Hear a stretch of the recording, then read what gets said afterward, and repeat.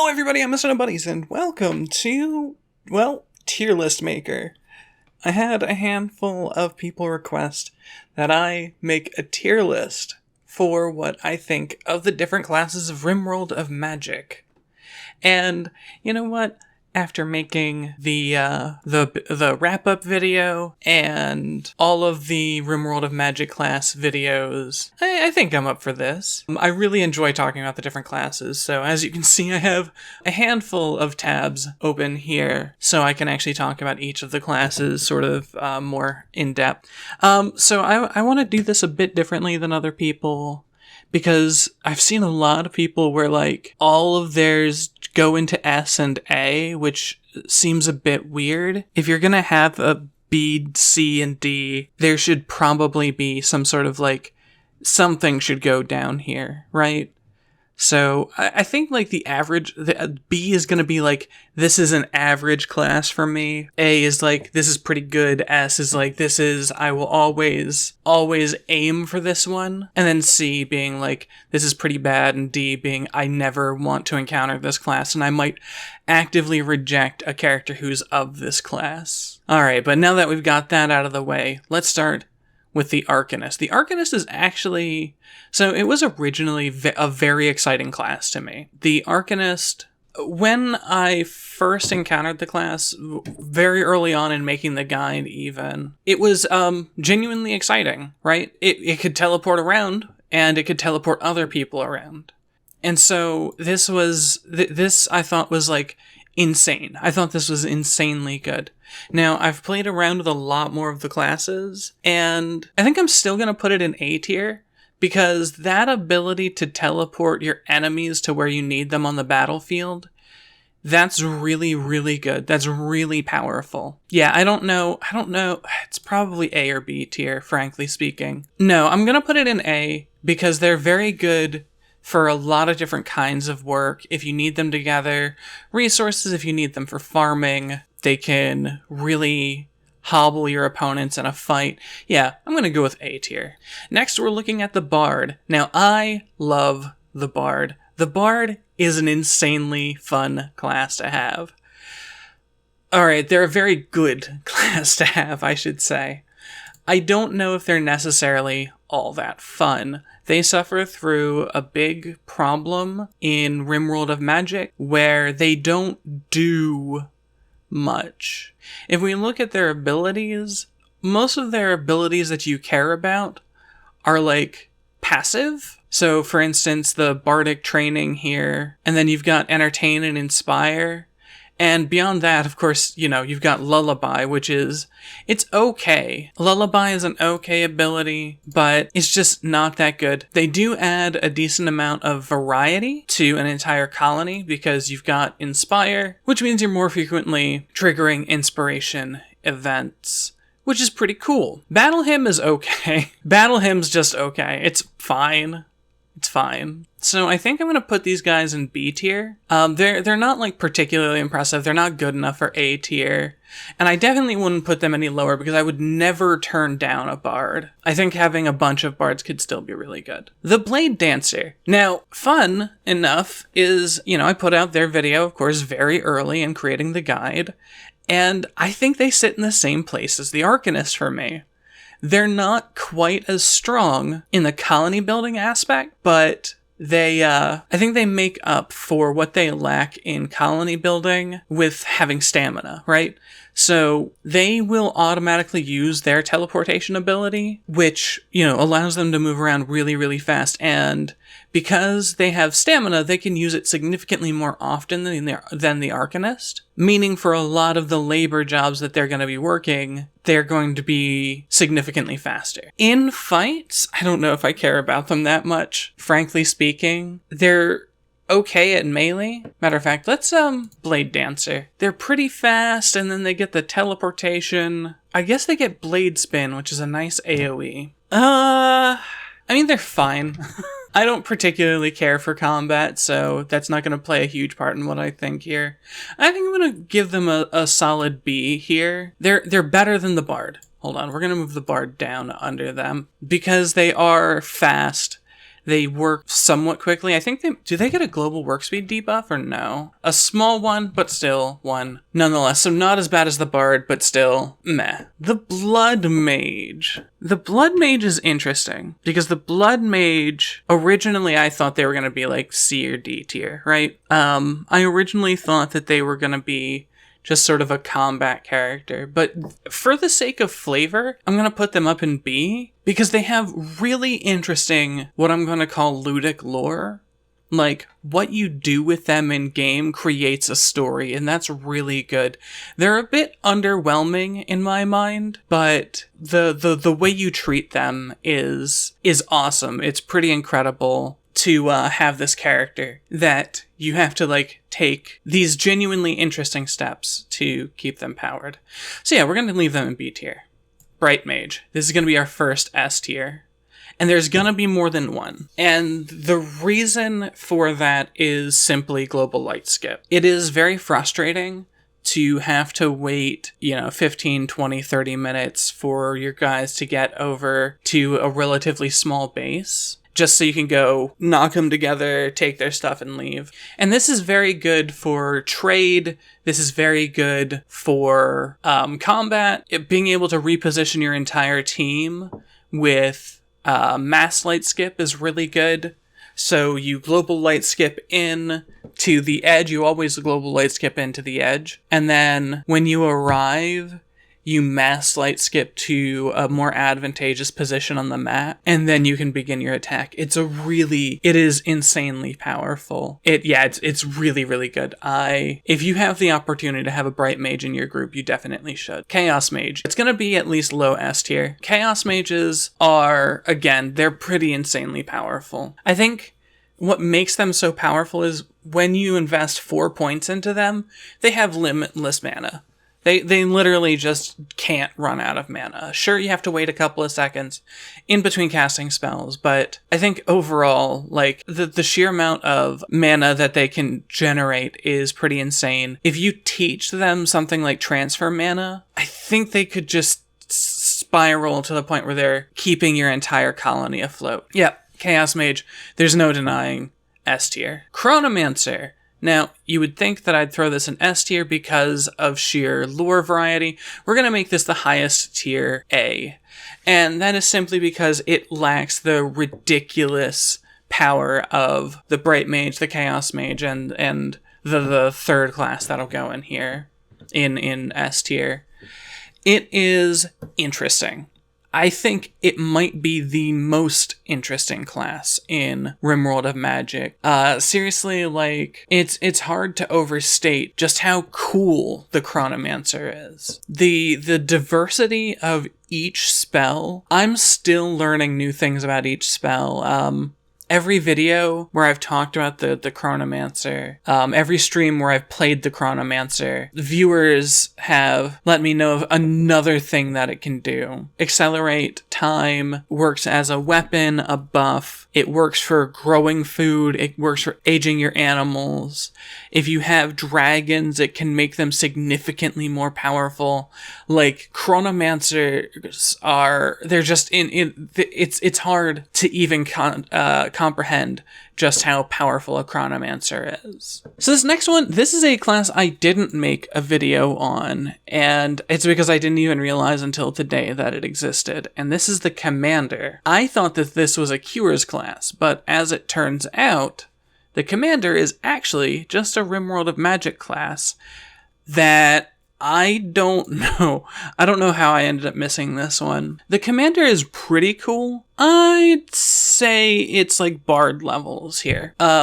So I'm actually going to put it above the Bard because it has drawbacks. And as I said in my wrap-up video, what your character can't accomplish is more interesting than what they can, and the limitations placed upon them makes new demands of the magic that you use. So whenever you activate one of the commander's abilities, you always have to take into account that there's a major drawback to it. For instance, I think there's one where you work faster but get tired and hungry more frequently, Or no, I think you work faster and you're more stressed the entire time. You can carry more and you get hungry and tired more frequently. You move faster, but there's like 3 very unique toggleable abilities. But other than that, it's like vaguely uninteresting. If you're using cures, I think it drops down to C tier just for being overpowered, for how underwhelming being overpowered there is, because they get the ability to give you 100% relations with anyone, which is just too much. Next up, we have the Death Knight. The Death Knight. Oh man, I just realized I'm putting so many of these in B tier and A tier. I haven't even gotten to any of the ones I think are bad yet. But we're going to talk about the Death Knight, because the Death Knight is... I mean, it's just a blood mage. It's a melee blood mage. I think it might be... Is it my favorite combat class? I think so. Oh, no. Okay. Nope. It's my second favorite combat class. And it has to do with the ludic elements, the gameplay elements of being a Death Knight. Because Death Knights are what I would expect out of like a barbarian character. As you fight more, and you beat up enemies even more. I think it makes much more sense to have this on a Death Knight than a barbarian, however, because the Death Knight also, like, you know, he shoots out ghostly skulls, and he draws in this veil of night that grows and grows. I'm actually going to put this guy... I'm going to put him above the commander because I just like him that much more. I think the experience of playing a Death Knight is very cool. I don't think they're very practical characters, however. I think they're very impractical characters unless you've already got like some really overpowered gear. You know, if you've already got very strong armor and weapons, then they don't need to be a Death Knight, but if they are a Death Knight, they get even cooler. And then if they're going in with a group of other melee combatants, it gets significantly stronger from there. Druid! The Druid! I love the Druid. I really like the Druid. It's hard for me to put them on this list, though, because looking at everything else here, the Druid, I think with the Fertile Land spell is... Ooh. Hold on. Alright, so we're putting the Druid down to B tier, and we're even going to put the Death Knight above the Druid. And this is because I just realized Fertile Lands, my favorite spell from the Druid, is actually a secret spell. So, Fertile Lands is a spell you have to learn. You have to go out and you have to find this spell somewhere in the world, and it's entirely luck-based whether or not you ever get it. But it's the spell that excites me the most. Regeneration and Cure Disease are pretty cool, but these are just weaker versions of the priest spell, so I can't really give them too much credit for that. Regrow Limbs is interesting, but I think once again the priest can do this on their own. Fertile Lands is really their unique spell, along with Poison, of course, and Beguile Animals. Beguile Animals is not good. I learned after the video that something I said in the Druid video actually turns out to be untrue. I think someone was telling me that Beguile Animals cannot work on animals who are part of a faction, which makes it significantly less useful. I didn't think that was true, but I'm gonna trust this person. You know, they're a viewer. Viewers are smart people. All right, next up we have the Enchanter. Now, I don't like the Enchanter. I have very mixed feelings on the Enchanter. I think we're going to give it a high C tier. If I do that, I have to demote the Druid. Yeah, I'm going to put the Druid down in a high C tier, just because if you don't get the Fertile Land spell, the Druid's not as cool. But the Enchanter, I'm going to do the same.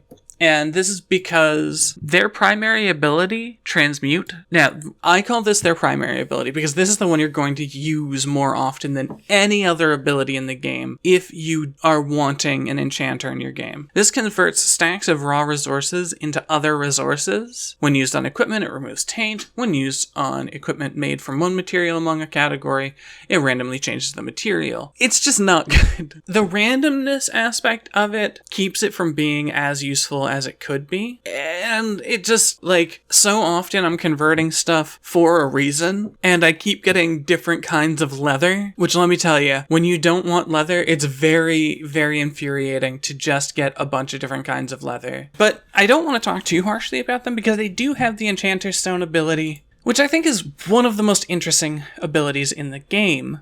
One of the things you'll notice as a theme here is that I like abilities that have multiple uses. And let me tell you, this ability's got a lot of uses. Being able to convert various stones or other resources into useful charms, that's really cool. If the upkeep on it was a little bit lower, significantly lower, I'd probably value this ability significantly more. I just imagine the enchanter at that point being sort of your magical shop owner, like Ollivander handing out wands or something. But overall, I think they're pretty cool for your colony. I don't know, they don't feel that useful.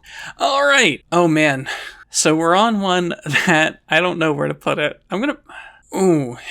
Okay. So thinking about this, I'm actually going to move the Bright Mage down to top tier A, because while they're powerful, they're very limited. And that is because I want the S tier to be the Omni tier. S tier classes are capable of anything, and that is why the Faceless is S tier. This class can do literally anything. And not just can it do literally anything, it can do literally anything better than the classes who can do it themselves. Now that's pretty hyperbolic, actually. But with their mimicry ability, the Faceless can grab powers from other characters and just use them. This can't be overestimated. Like, you can't overstate how powerful this ability is.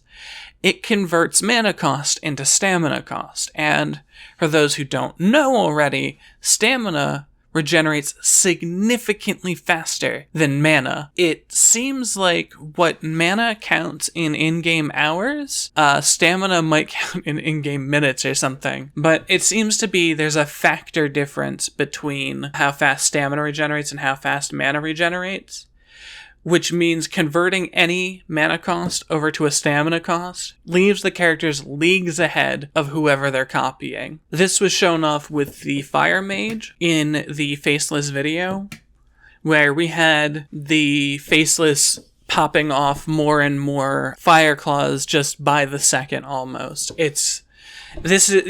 Oh my god. And not to mention you have the mind control ability or possession or whatever it's called as their highest level ability. It's not as good in my mind, though the ability to force your opponents to reposition, I probably underutilize that ability. But yeah, Faceless, easily god tier.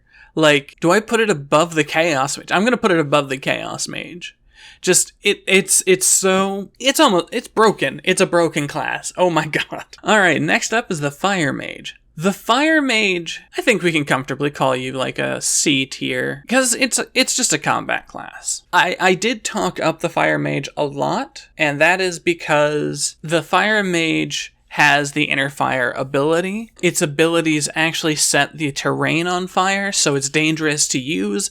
This thematically feels very good. The Fire Mage feels cool to use, and that's an important thing when it comes to the Fire Mage. However, what it does is very limited. Since the Fire Mage video came out, it has been updated, and Ray of Hope has turned into Inner Fire, which I think thematically is a much cooler ability. It's like from Avatar: The Last Airbender, when Zuko sort of breathed warmth into himself. It was a very cool scene.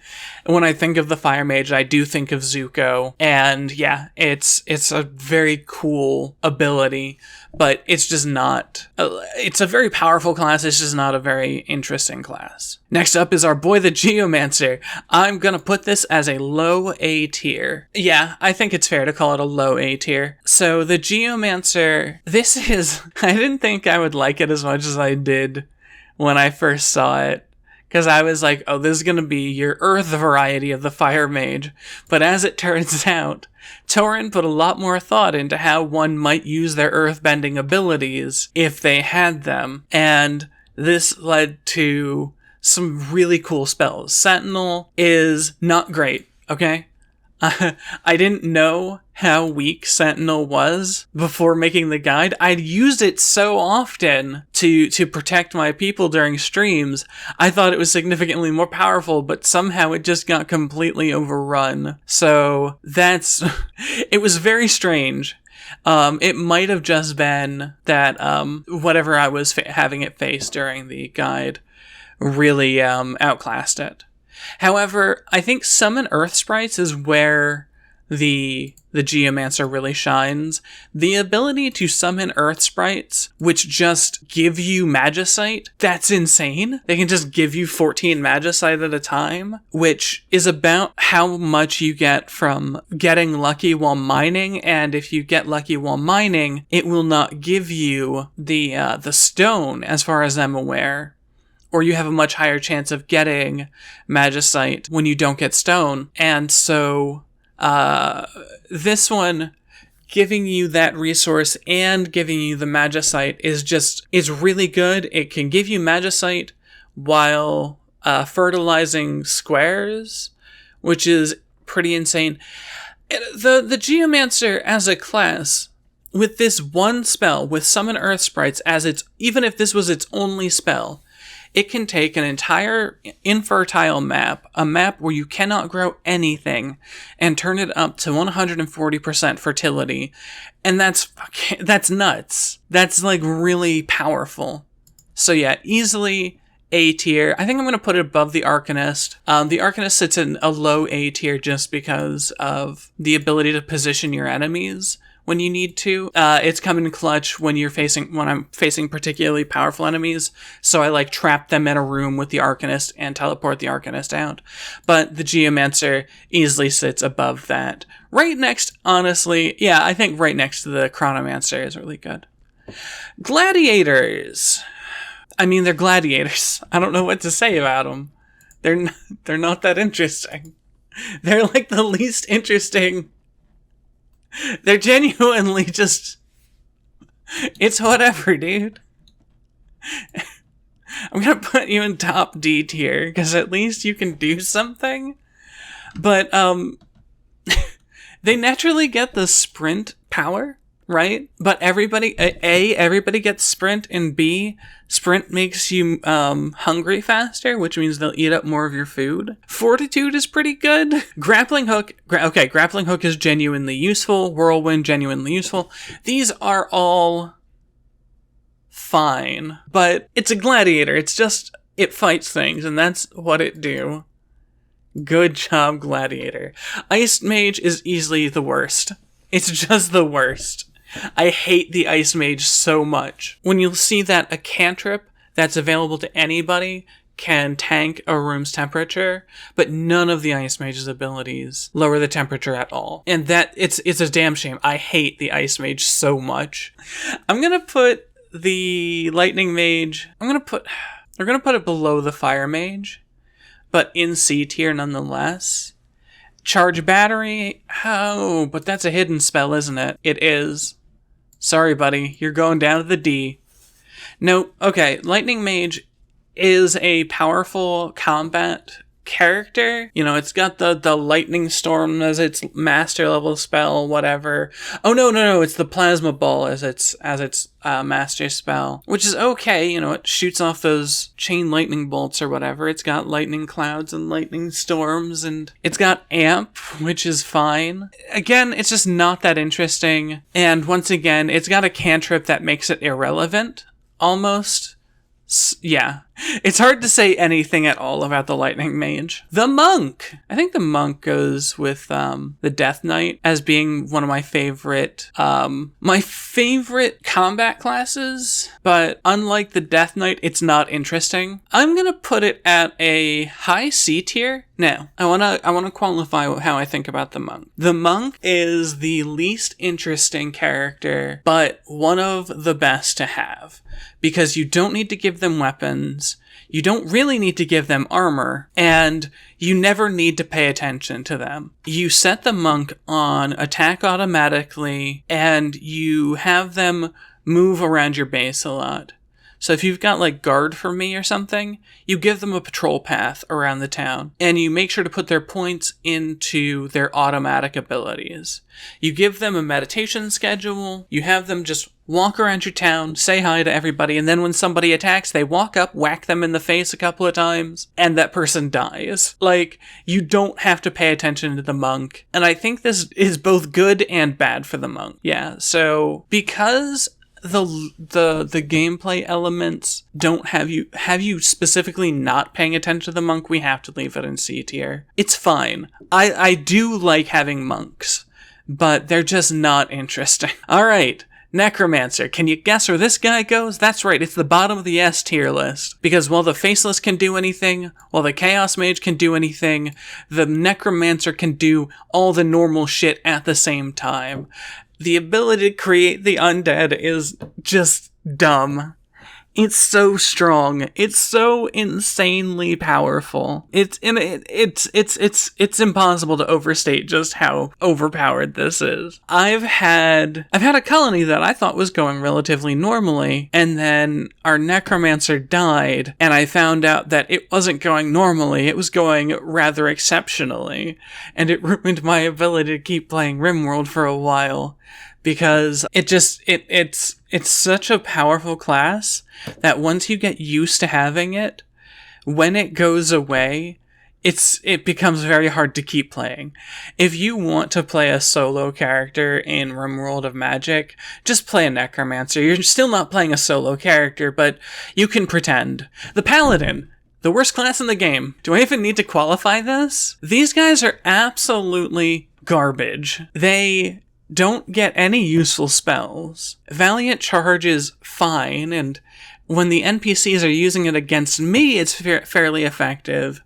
But when I'm using this class, like the ability to use shield, the overwhelm, all of these, they're just, they're so fucking useless. I hate them. I hate the Paladin so much. Alright, now onto the priest. We're gonna put the priest. I have to put the priest above the Arcanist. I have to. So I would put the priest higher on this list if they were more interesting. And that's a big problem with some of the classes in Rimworld of Magic, is it's not interesting to be a priest. And I don't know how you would make it interesting, because the problem is it's a healer class, right? So you right-click on Purify, you right-click on Big Heals, and then you just ignore them forever. And then when somebody dies, you resurrect them. Like, there's no thought that goes into playing a priest. As you guys saw in the priest video, actually, I had to bring in a second person to make the priest interesting. And we didn't even manage to make the priest interesting. We managed to make, sort of, hopefully, I assume, the story around the guide more interesting. They're very powerful. They're very effective. They're just not very interesting, which is why I'm having trouble even talking about them. So despite being in the same video as the monk, the Scion's really good. My question is, where does it go on here? We're going to talk about the Scion first, because the Scion is confusing. So the Scion has Psionic Augment, which is broken up into 3 different upgrades, I believe. Yeah, there's Manipulation, lets them work faster, Movement, which lets them move faster, and then Augment Mind, which gives them a ranged attack. These kick off randomly. You don't know when they're gonna happen to the best of my knowledge. Which means these 3 abilities are just They have trouble being interesting, because I can never tell when they're gonna happen. Psionic Barrier, pretty cool, actually. The ability to ignore incoming projectiles is, it's really cool. Psionic Storm is pretty powerful. I think I just have to place it above the monk. Maybe it'll be the entry into B tier. It's a very powerful class. It's just, again, one of the problems with it is that it just ends up so uninteresting. It's impossible to talk about. Oh, as opposed to the next class, which is really weak, but insanely interesting to talk about, actually. I love me some Ranger. I'm gonna put it above the Blood Mage, because while the Blood Mage has some stuff going on around it that's interesting, I'm actually gonna put it above the Commander, even. Do I put it above the Blade Dancer? No, I'm going to put it above the commander, but not the blade dancer. I'm going to put it just under the commander. And this, we're getting a lot of classes in here. It's very hard to negotiate where these classes go in. The ranger is not strong. I just have to get that out of the way. The ranger is insanely weak. The ranger trap ability, pretty cool if you set up a kill box. You can, you set up your traps before the kill box, and so when enemies walk in, they die. Pretty cool. But they're just not that good. The ranger multi-shot whatever nonsense is just okay. But what makes the ranger so interesting is the animal bond. And the thing is, animal bond is both very weak and very cool. If you're playing with vanilla Rimworld, Animal Bond is only worth it if you're getting rare Thrumbo events. Yeah, I think I can confidently say that's the only time that it's really all that interesting. But other than that, it's just awful. Like, you can get yourself a pack mule. Good. Great. Yay, I have a Muffalo now. Or I guess you can get a husky or an elephant. Elephants are good, but other than that, if you're not playing with mods, the ranger is significantly less interesting. The more animal mods you have, the more interesting or I guess I should say, the more out there mods you have, the more interesting the ranger gets. For instance, if you've got Dragon's Descend, it becomes insanely interesting because now you can tame a dragon, and if you've got Giddy Up and its constituent mods, the ranger becomes the best class in the game, because now you can ride around on muffalos and horses and dragons and whatever that thing that we were riding in the guide video was called. Although I found out why I couldn't tame that princess, whatever, or the Hive Queen, I think it was called, and it was because it was part of a faction and I just didn't notice while recording the video. Yeah, I love the ranger. It's such a fun class. It's not a good class. Alright, next up we've got the Shaman. This is another... oh boy. I think it's gonna go... Oof, is it worse than the Paladin? Honestly, the Shaman's abilities are just so much of a headache to use. Yeah, I don't think I would take it at all. It's hard for me to even talk about the Shaman, just because the abilities are so weird. They feel like Torann and I had a discussion about the Shaman and how it felt very much so like a World of Warcraft EverQuest character. And he's like, yeah, I sort of modeled it after that sort of thing. And I don't know, when I think of Shamans, I don't think of WoW. I think of like Werewolf the Forsaken or Werewolf the Apocalypse, where a shaman is a person who communes with the spirits. And so when you have classes like the Druid and the Geomancer, I don't know what I was expecting out of the Shaman, but whatever I was expecting, the Shaman just didn't live up to it. Alright, now we have another class that I didn't cover in the guide, and that's just, again, it's a very uninteresting class, though it's not D tier. I think I'm going to put it up in... I think I'll put it above the enchanter. Matter of fact, we'll move the enchanter down below the druid, and we'll put the sniper above the druid. I would happily take the sniper if I had Rim Cities. And I don't think I would ever take it otherwise. Because it is exactly what it tells you it is. It's a sniper. And while it has the hiding ability of the Faceless, it doesn't have any of the useful abilities of the Faceless. Mainly its mimic ability. And that really limits the usefulness of the sniper. Like I said, I don't think I would ever turn down taking the sniper. It's just that... No, I think I would turn it down if I wasn't using Rim Cities. If I am using Rim Cities, I think the sniper can be insanely useful. Being able to hide out and take those singular shots against powerful enemies on the map is pretty good. I just think that overall it's a very underwhelming class. Next up we got the Summoner, and I'm gonna put this at the top of B tier. Nope, we're gonna put it on the lower end of A. We're gonna put it just above the Arcanist, and that is because I like it more than the Arcanist. I love summoning in video games. I think it's dope. I think it's very basic here in Rimworld of Magic, but it's very cool. If you're going to play a solo game, but you don't want to be overpowered, play a summoner. They get the ability to summon a bunch of minions all at once. I think you can have up to 6. And then you can also have poppies if you have the master level spell, and you can have your elementals. So when you get attacked, you go from being this one guy to this group of I think you get up to 4 elementals, and then you've got your 6 minions, and then poppies come out in a group of 8. So, you pull 20 dudes out of your pockets before your opponents can really get to you. And it's insanely good. Having the minions to haul stuff and clean is very useful. If you've ever participated in any of my live streams, you'll know that getting stuff hauled is my biggest pet peeve. You'll know that, not having enough haulers just upsets me so much. Not having enough people to haul, not having enough people to clean is just so annoying to me. And so being able to, out of one guy, pull 6 additional dudes, definitely pretty good.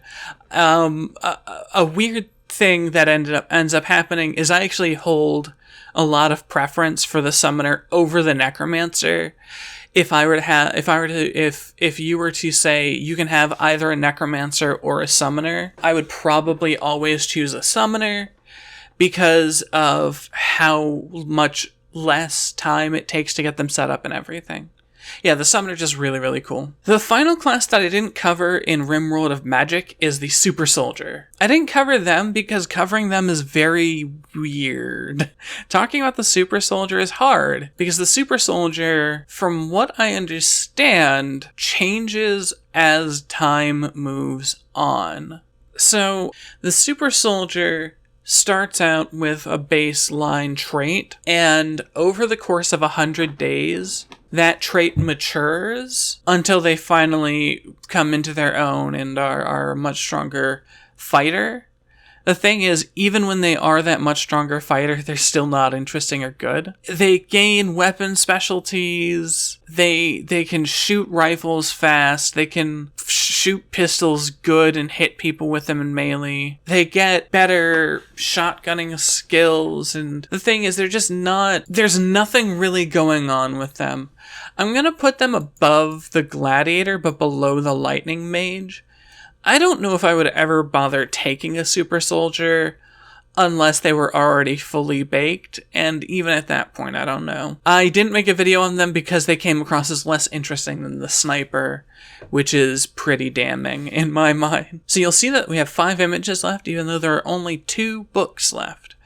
And this is because we're dealing with the technomancer, the turret technomancer, and the weapon technomancer, which, while they generally have the same abilities, their primary focus changes up how I think about them a lot. For instance, the turret's garbage and should never be taken. I don't really think I need to say much on that, because the turret's garbage and should never be taken. If you're wondering my thoughts on the turret, set some garbage on fire and then don't take it. However, the techno bit is vaguely interesting. I think it's a pretty good lower C tier character class. You know what? No, I think I'm willing to put it above the enchanter. The techno bit goes and does some repairing on its own. It assists you when crafting, mining, constructing, or repairing. While drafted, it acts as a ranged weapon and repairs nearby robots, which, if you've got the androids mod, is really, really good. If you've got what the heck, can be very useful for keeping the character and your robots up and running. Yeah, the overdrive ability, pretty cool, actually. I really like this one. You know, if you're using androids or what the heck, this can act as a really good buff. Sabotage is just its opposite. It's not that interesting to talk about, you know, the technomancer, which is why I think engineered weapon is also going to be a low tier. Yeah, so what engineered weapon does is it allows you to copy any weapon. I can't remember what the qualifier is. It's any weapon that has ammo or something like that. It's okay. Yeah, you get a pretty cool gun. So you can copy like a minigun or you can copy a minigun. You can copy a rifle. Early on in the game is going to be pretty bad. As you progress, it gets better. The engineered weapon it also gains elemental shot, if that means anything to you. So, you can deal more damage with it. But frankly, dealing damage is the least interesting part of the game in my mind. Next up, we have the last class in the game, and this is the Demonologist. The Demonologist is broken up into 2 classes, instantly making them at least a little bit interesting. Again, I like having multiple uses for one thing. I think I'm going to put both of these above the monk, but no higher. And I'm going to put I'm going to put the succubus in B, and I'm going to put the warlock in C. And this is because of how their abilities coincide with other characters. So, dominate reduces a person's consciousness, making it harder for that person to work. If you're a warlock, if you're a succubus, it causes physical frailty, which doesn't make it as hard to work. If you have dominate, I want to say, on a character. No, if you have soul bond on a character, that's it. If you have soul bond on a character, then it's, they don't feel as much pain, which means they can fight longer. The succubus is also just generally better in combat, with abilities like Scorn and Attraction. The use of Shadow Step and Shadow Call is pretty good, and I'm actually just now learning about the Demonologist's special ability here, which apparently, if you have both a succubus and a warlock, apparently they have unique interactions with other people. After making hearts with another character, the succubus receives the vitality boost. Oh, really? After making love to somebody, they get a vitality boost. That character's drained? Oh my god. Okay, hold on. Alright, hold up. Tier list? What are you doing? Alright, we're gonna put these guys, actually, both. So the warlock will go below the bard, while the succubus goes above the bard. And that's just for pure flavor. That's really cool. The fact that you have to manage who they interact with, who they fall in love with, oh my god, that's really cool. Yeah, so this is my tier list. Obviously S tier being the Faceless, the Chaos Mage, and the Necromancer. Something I didn't mention about the Necromancer, but you may have seen in the Necromancer video, is that every so often this class breaks when summoning undead. And those undead can end up with class levels as well. So a broken Necromancer would obviously end up on the top of the S tier list, because not just do they get their own abilities, they also get the abilities of whatever class they just brought back to life. But we're going with the class as it's intended, so yeah. I'm interested in seeing what you guys think. I'm going to leave a link to this tier list in the comments. And you guys should join us over on the Discord, and maybe there, post your own copy of the tier list. I would love to know what you guys think of mine. But that's going to be it for now. If you guys are interested in chatting about Rimworld of Magic, Magic and video games, come on over to the Discord. I also, sometimes, about 3 times a week, stream on Twitch, where I play various video games with lots and lots of magic in them. Because I like magic in video games. Right now, it is February 20th, and we were playing Minecraft. We also sometimes will play Shadow of War, sometimes play Rimworld, and I might even get into Skyrim, because these games all have very cool magic in them. So, if you guys are interested in that, you can join me over on Twitch. There will be a link in the description. You can also find me over on Twitter and Facebook in the links down below. But in the meantime, just remember, nobody's cares. Thank you very much and good night. Wait, you don't have a bed? Everybody has a bed. Oh my god, you're literally the only person without a fucking bed. Oh, what is Jason doing? Oh my god, no! Oh my god, no, fuck! Yukiko, everybody, please fight that fire! It's like in here.